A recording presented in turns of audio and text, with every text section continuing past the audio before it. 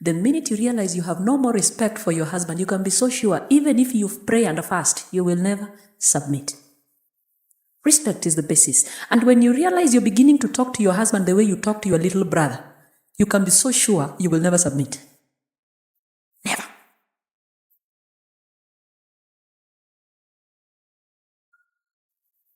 Once you lose respect for him, forget about submission. He becomes like any other boy in your compound. Submission becomes tough. So we are not in this competition of who earns more, who earns less, who's taking care of much responsibility, who is not. It's simply acknowledging we are in this setup. He is the leader. I am the subject. Accord him the due respect, even when intellectually you feel you're more blessed or endowed than him. Marriage and family must work. Listen to me carefully. It must work not because of the reasons we have, but it must work because of the reasons God, the originator, has. Did I say something? It will not work for the reasons you have. Some of us got into marriage because we wanted to raise children. Now they are there. But marriage is proving to be difficult there. But children are there. That is what we wanted. Some people wanted financial stability. Now they have it. They can't stick through marriage. So it must work not because of the reasons you have, but it must work because of the reasons that God has. And once you understand that reason, you're good to go. What makes you the best parent is that you have produced godly what? Children. And the Lord is entrusting you with that responsibility. I want to repopulate heaven. I entrust you, the man and the woman, to help me bring up a people that are godly. Why is it? Is something have trouble understanding? Why is it if people are sick, we can comfortably say, is there anything too hard for the Lord? When people have financial problems, we can confidently say, there is nothing impossible with the Lord. But when people have marital issues, that one is a little bit difficult for the Lord. People are not willing to fight that part. No one is willing. That one is too difficult for the Lord, for many of us. Warfare, you don't pray today and expect an answer tomorrow. Because the Lord also must prove your faith. Yes, I have faith. Elizabeth, you said you have faith. I want to prove it. Do you trust me? Because there's a big difference between trust and belief. Most of us believe God, but we don't trust him. We always told about the richer bit. No one wants to. And every marriage counselor will teach you how to manage finances that you have not created. As a session, this is how you will manage your finance. You're talking to people who are jobless, how to manage finances that are not there. No one ever talks about for poor. But let me tell you, you will not define how your poorer looks like. You have no opportunity to define what sickness will mean to you. Because I always say malaria is sickness, yeah. Cholera is sickness, COVID is sickness, HIV is sickness. You will only stand in the evil day if you're dressed in the whole armor of God. Praying in the Spirit, as Paul calls it, requires that you put on the whole armor of God. God has no comparison. For the simple fact that he's the creator.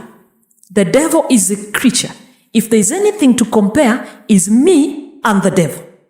And I become greater than him because of the power of God that is in me. But you can never compare God to anything. Second to none. There's the freedom and liberty of knowing the reality of things as they are. If I am poor, I will continue to be poor for as long as I am ignorant. The minute I acquire knowledge on how to create wealth, am I liberated?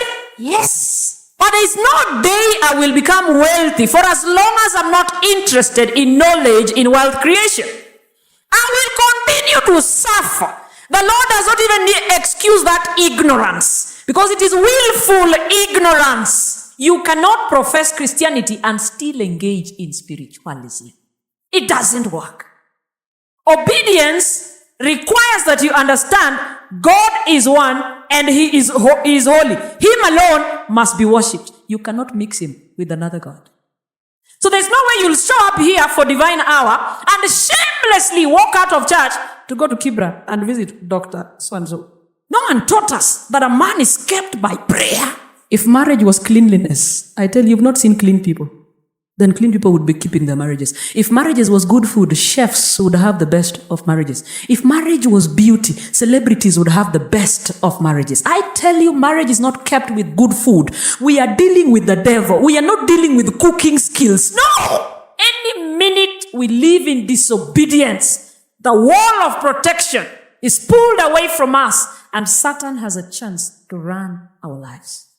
And I've always told women, the most successful way to get someone's husband, simple secret, just find out if his wife is prayerful. If you realize he's not a prayerful woman, that's an easy catch. Go, get. But if you don't do your assignment well and get someone's husband who's a prayer warrior, you're in for death. If you realize that you can forgive people, but you are unable to restore the original relationship with them, you have not forgiven. You're lying to yourself.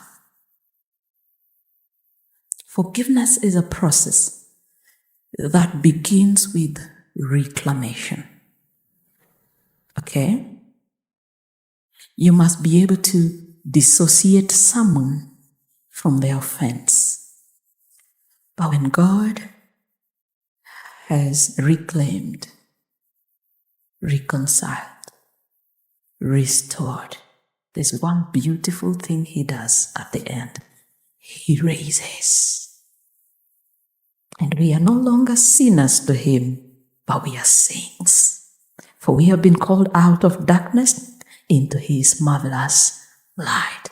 He says, forget about it. He was blind, but now he sees. He didn't know, but now he knows. It is not enough to know a bunch of facts about God. You need to experience Him more deeply. You need to experience Him individually. And so you must get sick to know Him as a great physician. Enough of singing that is the great physician. You must get sick. God can only swing into action in our lives when we exercise our faith.